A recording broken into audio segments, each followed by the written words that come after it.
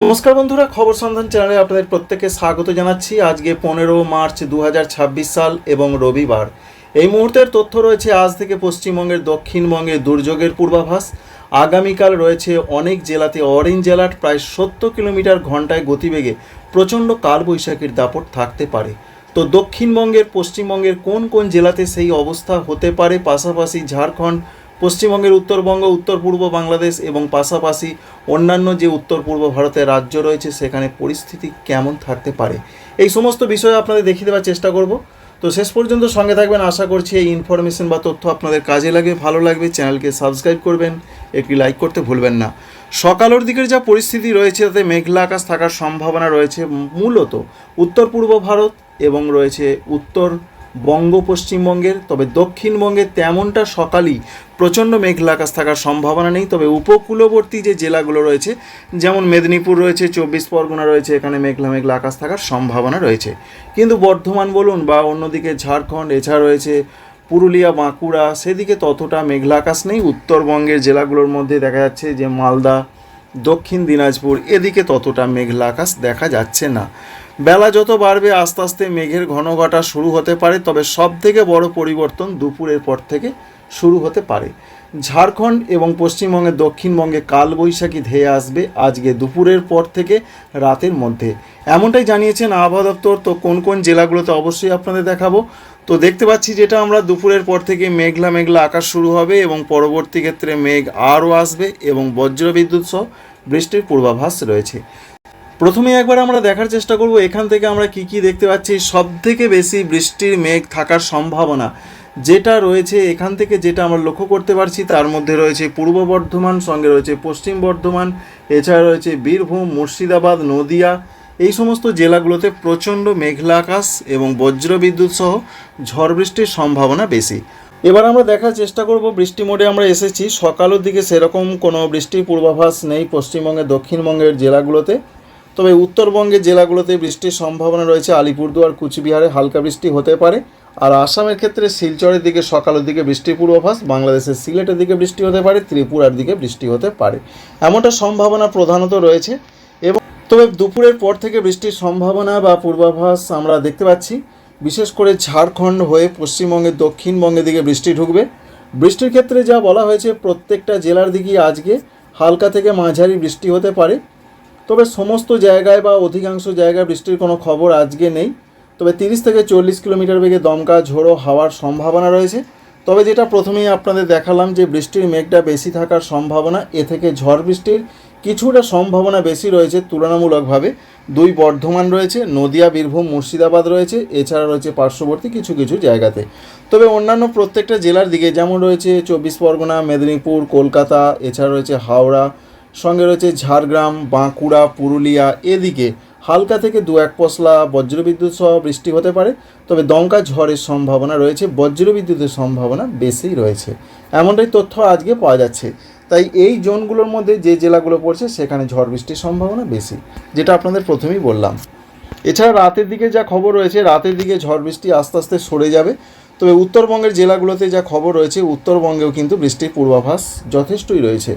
বলা হয়েছে বৃষ্টির সম্ভাবনা রয়েছে যেমন দার্জিলিং, কালিম্পং, জলপাইগুড়ি, এছাড়া রয়েছে আলিপুরদুয়ার, এই জেলাগুলোতে ভারী বৃষ্টি হবে এবং অধিকাংশ জায়গাতে বৃষ্টি হবে 40 থেকে 50 কিলোমিটার গতিবেগে।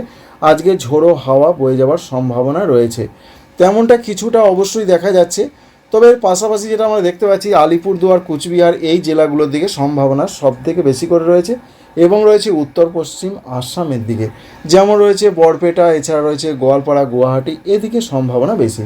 সুতরাং পশ্চিমবঙ্গের মধ্যে বুঝতে পারলেন কোথায় কেমন পূর্বাভাস। আর উত্তর দিনাজপুর, দক্ষিণ দিনাজপুর, মালদহতে বলা হয়েছে সেটা খুবই কম জায়গায় বৃষ্টি হতে পারে, হালকা বজ্রবিদ্যুৎ সহ বৃষ্টি হতে পারে। এই রয়েছে আজকে সারাদিনের পূর্বাভাস। আর উত্তর পূর্ব ভারতে রাতের দিকে বৃষ্টি আসতে পারে।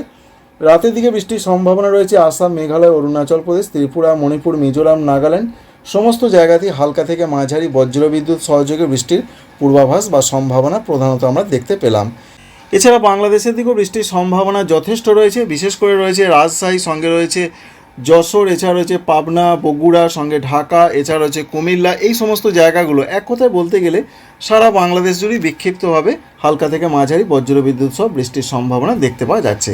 আগামীকাল কি হতে পারে? আগামীকাল দুর্যোগটা সব থেকে বেশি হবে পশ্চিমবঙ্গের দক্ষিণবঙ্গে, এমনটা পরিষ্কার করে জানিয়ে দেওয়া হয়েছে। 5টি জেলাতে অরেঞ্জ অ্যালার্ট জারি রয়েছে। সেই 5টি জেলার নাম বিশেষ করে প্রথমেই আপনাদের সেটা জানিয়ে দেওয়ার চেষ্টা করব। রয়েছে হুগলি জেলা, পূর্ব বর্ধমান, পশ্চিম বর্ধমান, বাঁকুড়া, এছাড়া বীরভূম। এই জেলাগুলোতে 50 থেকে 60 কিলোমিটার গতিবেগে কালবৈশাখীর ঝড়, সঙ্গে বলা হয়েছে সেই গতিবেগ প্রায় কোথাও কোথাও 70 কিলোমিটার হতে পারে। ঠিক তেমনটাই আমরা দেখতে পাচ্ছি। বৃষ্টির সম্ভাবনা দেখুন আগামীকাল সারা দক্ষিণবঙ্গ জুড়ে বেশি হতে পারে। তবে যে জেলাগুলোর নাম করলাম সেই জেলাগুলো দিকে বৃষ্টির সম্ভাবনা বেশি। বৃষ্টির সম্ভাবনা যেমন তেমন বেশি করে বৃষ্টি যে ভারী হবে তেমনটা বলা হয়নি, বেশি করে বলা হয়েছে বজ্রবিদ্যুৎ এবং ঝড়ের সম্ভাবনা বেশি, যেটাকে কালবৈশাখীতে আমরা দেখতে পাই। তবে কালবৈশাখী ঝড়ের সঙ্গে বৃষ্টিটা মেঘটা দাঁড়িয়ে গেলে সেখানে একটু হঠাৎ করে, যেমন একটু মাঝারি থেকে ভারী অল্প সময়ের জন্য হয়ে যায়, সেই রকম এই জেলাগুলোতে হলেও হতে পারে। সঙ্গে যেটা কালবৈশাখীতে দেখতে পাওয়া যায় শিলাবৃষ্টি দু এক জায়গা হয়, তবে সেই রকমভাবে এখনও কোনো চরম সতর্কবার্তা শিলাবৃষ্টির ক্ষেত্রে দেখা যায়নি। তবে কালবৈশাখীর দাপট এই জেলাগুলোতে, যে জেলাগুলোর নাম করলাম সেগুলোতে বেশি হতে পারে। এছাড়াও রয়েছে কলকাতা, হাওড়া, সঙ্গে রয়েছে মেদিনীপুর, এছাড়া রয়েছে 24 পরগনা, ঝাড়গ্রাম, সঙ্গে রয়েছে বাঁকুড়া, পুরুলিয়া। এই জেলাগুলোতেও কালবৈশাখীর দাপট থাকবে। বলা হয়েছে যে অনেক জায়গাতেই বৃষ্টি হবে এবং বজ্রবিদ্যুৎ সহ দমকা ঝোড়ো হওয়ার সম্ভাবনা খুব বেশি। সেটা হতে পারে 40 থেকে 50, আর যেই জেলাগুলোতে 50 থেকে 60 এবং ম্যাক্সিমাম 70 হতে পারে সেই জেলাগুলো আপনাদের জানিয়ে দিয়েছি। আরেকবার বলে দিচ্ছি রিপিট করে, অরেঞ্জ অ্যালার্ট জারি রয়েছে সেই জেলাগুলোতে, যেমন রয়েছে পূর্ব বর্ধমান, পশ্চিম বর্ধমান, হুগলি, বাঁকুড়া, বীরভূম। এই জেলাগুলোতে সম্ভাবনা প্রচণ্ডভাবে বেশি রয়েছে আগামীকাল সোমবার, এমনটা এখনও পর্যন্ত আপডেট রয়েছে। যদি আপডেট পাল্টে যায় সেটা আপনাদের পরবর্তী ক্ষেত্রে জানিয়ে দেওয়ার চেষ্টা করব। আর উত্তরবঙ্গের জেলাগুলোতেও বলা হয়েছে এখানেও প্রচণ্ড ঝড় বৃষ্টির দাপট থাকবে। আমরা সেরকমই দেখতে পাচ্ছি। মূলত রাতের দিকে উত্তরবঙ্গের জেলাগুলোতে ঝড় বৃষ্টির দাপট বেশি হতে পারে। সঙ্গে বলা হয়েছে উত্তরবঙ্গের প্রত্যেকটা জেলার দিকেই অধিকাংশ জায়গাতে বৃষ্টি হবে ওপরের জেলাগুলোতে, আর অনেক জায়গায় বৃষ্টি হবে মালদা, দক্ষিণ দিনাজপুর, উত্তর দিনাজপুরে। সুতরাং কালবৈশাখীর দাপটটা 16 তারিখ আগামীকাল সব থেকে বেশি হতে পারে। এর পাশাপাশি যেটা আমরা দেখতে পাচ্ছি সারা দক্ষিণ বাংলাদেশ জুড়েও কিন্তু কালবৈশাখীর দাপট প্রচণ্ডভাবে চলবে। খুলনা, বরিশাল, চট্টগ্রাম, ঢাকা এই সমস্ত বিভাগগুলোতে বজ্রবিদ্যুৎ সহ বৃষ্টির দমকা ঝড় প্রচণ্ডভাবে থাকতে পারে। ভারতবর্ষের ক্ষেত্রে ত্রিপুরাতেও প্রচণ্ড কালবৈশাখীর দাপট থাকতে পারে 16 তারিখের দিকে, এমনটা সম্ভাবনা বিকাল থেকে রাতের মধ্যে। সঙ্গে ভারতবর্ষের মিজোরাম, এখানেও কালবৈশাখীর দাপট চলবে। 17 তারিখের দিকে বলা হয়েছে পশ্চিমবঙ্গে, দক্ষিণবঙ্গে কালবৈশাখী চলবে, তবে দাপটটা একটু কম থাকতে পারে। তার মধ্যে যে সমস্ত জেলাগুলোতে সম্ভাবনা বেশি, নদিয়া, বীরভূম, মুর্শিদাবাদ, পূর্ব বর্ধমানের কিছুটা উত্তরের জায়গাতে দাপট বলতে হালকা মাঝারি, তবে 16 তারিখের মতন অতটা দাপট থাকবে না। আর অন্যান্য জেলাগুলোতে হালকা বজ্রবিদ্যুৎ সহ বৃষ্টি হবে। 17 তারিখের এই আপডেট। আর 17 তারিখে উত্তরবঙ্গের জেলাগুলোতে কালবৈশাখীর দাপট অব্যাহত থাকবে। দেখতেই পাচ্ছেন দার্জিলিং, কালিম্পং, জলপাইগুড়ি, কুচবিহার, আলিপুরদুয়ার, সঙ্গে রয়েছে আসাম, এখানে প্রচণ্ডভাবে কালবৈশাখীর দাপট চলবে। তবে নিচের দিকের জেলাগুলো যেমন রয়েছে উত্তর দিনাজপুর, দক্ষিণ দিনাজপুর, মালদা, এখানে বিক্ষিপ্ত কিছু কিছু জায়গায় হালকা বজ্রবিদ্যুৎ সহ বৃষ্টি হতে পারে। 17 তারিখের এই আপডেট আমরা পাচ্ছি। এবার 17 তারিখের পর 18 তারিখের যা পূর্বাভাস, 18 তারিখ থেকে বৃষ্টি কমবে। 18, 19 এমন সম্ভাবনা রয়েছে। আবারও 20 তারিখে পশ্চিমবঙ্গে, দক্ষিণবঙ্গে বৃষ্টিপাত বাড়তে পারে। বিশেষ করে যে সমস্ত জেলাগুলোতে বাড়তে পারে তার মধ্যে রয়েছে, দেখতে পাচ্ছেন যে নদিয়া জেলা, বীরভূম জেলা, মুর্শিদাবাদ জেলা, এই জেলাগুলোতে সম্ভাবনা একটু যেন বেশি রয়েছে। সঙ্গে বাংলাদেশের উত্তরাঞ্চল, উত্তর পশ্চিমাঞ্চলে বৃষ্টিপাতের সম্ভাবনা, বজ্রবিদ্যুৎ সহ বৃষ্টি, কালবৈশাখী ঝড় এমনটা বেশি হতে পারে। এই রয়েছে মোটামুটিভাবে বৃষ্টির আপডেট। এবার কেন কালবৈশাখী দাপট থাকবে, এখানে একটা প্রশ্ন আসছে। প্রশ্নের ক্ষেত্রে যে আপডেট আমরা পাচ্ছি ইতিমধ্যে, বাংলা এবং রয়েছে দুই বাংলাই বলা যায়, এপার বাংলা ওপার বাংলা সংলগ্ন জায়গায় ঘূর্ণাবর্ত, সঙ্গে 14 তারিখে একটি নতুন করে পশ্চিমী ঝঞ্ঝা প্রবেশ করেছে, যার ফলে আজকে উত্তর ভারতের জায়গাগুলোতে প্রচণ্ড ঝড় বৃষ্টি চলবে। একদিকে পশ্চিমী ঝঞ্ঝা, অন্যদিকে ঘূর্ণাবর্ত, অক্ষরেখা রয়েছে উত্তরপ্রদেশ থেকে উড়িষ্যা পর্যন্ত বিস্তৃত।